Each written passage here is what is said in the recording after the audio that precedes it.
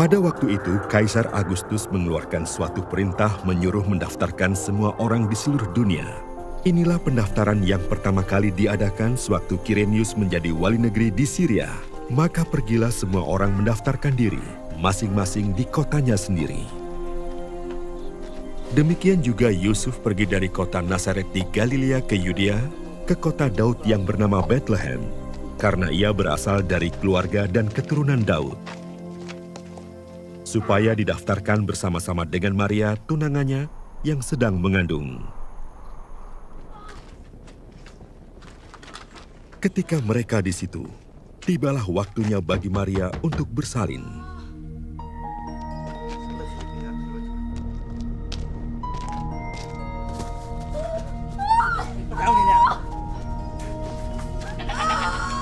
Dan ia melahirkan seorang anak laki-laki.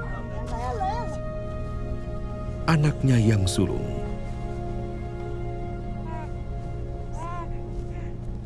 Lalu dibungkusnya dengan lampin dan dibaringkannya di dalam palungan, karena tidak ada tempat bagi mereka di rumah penginapan.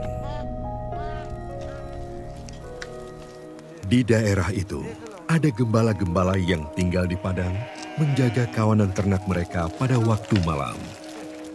Tiba-tiba berdirilah seorang malaikat Tuhan di dekat mereka, dan kemuliaan Tuhan bersinar meliputi mereka, dan mereka sangat ketakutan. Lalu kata malaikat itu kepada mereka, "Jangan takut, sebab sesungguhnya aku memberitakan kepadamu kesukaan besar untuk seluruh bangsa. Hari ini telah lahir bagimu juru selamat, yaitu Kristus, Tuhan di kota Daud. Dan inilah tandanya bagimu. Kamu akan menjumpai seorang bayi dibungkus dengan lampin dan terbaring di dalam palungan." Dan tiba-tiba tampaklah bersama-sama dengan malaikat itu sejumlah besar bala tentara surga yang memuji Allah, katanya, "Kemuliaan bagi Allah di tempat yang maha tinggi, dan damai sejahtera di bumi di antara manusia yang berkenan kepadanya." Setelah malaikat-malaikat itu meninggalkan mereka dan kembali ke surga, gembala-gembala itu berkata seorang kepada yang lain, "Marilah kita pergi ke Bethlehem untuk melihat apa yang terjadi di sana, seperti yang diberitahukan Tuhan kepada kita." Lalu mereka cepat-cepat berangkat dan menjumpai Maria dan Yusuf dan bayi itu, yang sedang berbaring di dalam palungan. Dan ketika mereka melihatnya, mereka memberitahukan apa yang telah dikatakan kepada mereka tentang anak itu. Dan semua orang yang mendengarnya heran tentang apa yang dikatakan gembala-gembala itu kepada mereka. Tetapi Maria menyimpan segala perkara itu di dalam hatinya dan merenungkannya. Maka kembalilah gembala-gembala itu sambil memuji dan memuliakan Allah, karena segala sesuatu yang mereka dengar dan mereka lihat, semuanya sesuai dengan apa yang telah dikatakan kepada mereka. Dan ketika genap 8 hari dan ia harus disunatkan, ia diberi nama Yesus, yaitu nama yang disebut oleh malaikat sebelum ia dikandung ibunya.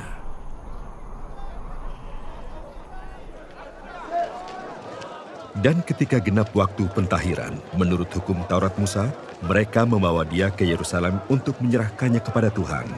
Seperti ada tertulis dalam hukum Tuhan, semua anak laki-laki sulung harus dikuduskan bagi Allah, dan untuk mempersembahkan kurban menurut apa yang difirmankan dalam hukum Tuhan, yaitu sepasang burung tekukur atau 2 ekor anak burung merpati. Adalah di Yerusalem seorang bernama Simeon. Ia seorang yang benar dan saleh, yang menantikan penghiburan bagi Israel. Roh Kudus ada di atasnya. Dan kepadanya telah dinyatakan oleh Roh Kudus bahwa ia tidak akan mati sebelum ia melihat Mesias, yaitu Dia yang diurapi Tuhan. Ia datang ke bait Allah oleh Roh Kudus. Ketika Yesus anak itu dibawa masuk oleh orang tuanya untuk melakukan kepadanya apa yang ditentukan hukum Taurat, ia menyambut anak itu dan menatangnya sambil memuji Allah, katanya, "Sekarang Tuhan, biarkanlah hamba-Mu ini pergi dalam damai sejahtera sesuai dengan firman-Mu. Sebab mataku telah melihat keselamatan yang daripada-Mu, yang telah Engkau sediakan di hadapan segala bangsa, yaitu terang yang menjadi penyataan bagi bangsa-bangsa lain dan menjadi kemuliaan bagi umat-Mu Israel." Dan bapa serta ibunya amat heran akan segala apa yang dikatakan tentang dia.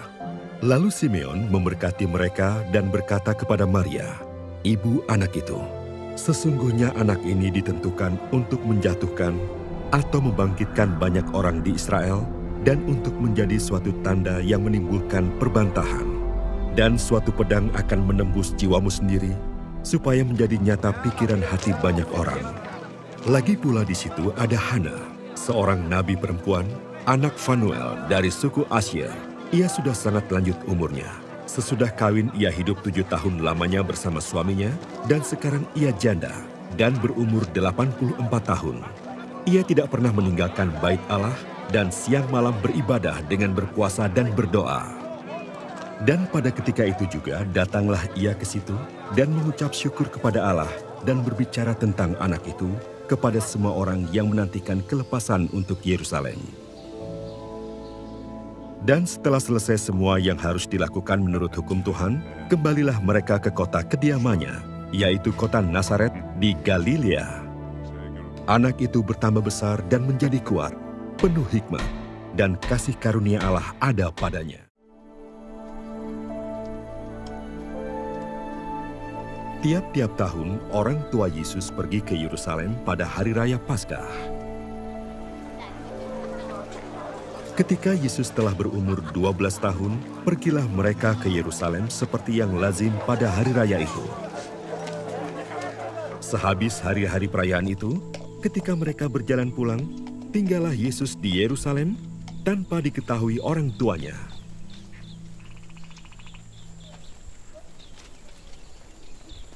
Karena mereka menyangka bahwa ia ada di antara orang-orang seperjalanan mereka, berjalanlah mereka sehari perjalanan jauhnya, lalu mencari dia di antara kaum keluarga dan kenalan mereka. Karena mereka tidak menemukan dia, kembalilah mereka ke Yerusalem sambil terus mencari dia. Sesudah 3 hari, mereka menemukan dia dalam bait Allah. Ia sedang duduk di tengah-tengah alim ulama sambil mendengarkan mereka dan mengajukan pertanyaan-pertanyaan kepada mereka. Dan semua orang yang mendengar dia sangat heran akan kecerdasannya dan segala jawab yang diberikannya. Dan ketika orang tuanya melihat dia, tercenganglah mereka. Lalu kata ibunya kepadanya, "Nak, mengapakah engkau berbuat demikian terhadap kami? Bapamu dan aku dengan cemas mencari engkau." Jawabnya kepada mereka, "Mengapa kamu mencari aku? Tidakkah kamu tahu bahwa aku harus berada di dalam rumah Bapakku?" Tetapi mereka tidak mengerti apa yang dikatakannya kepada mereka.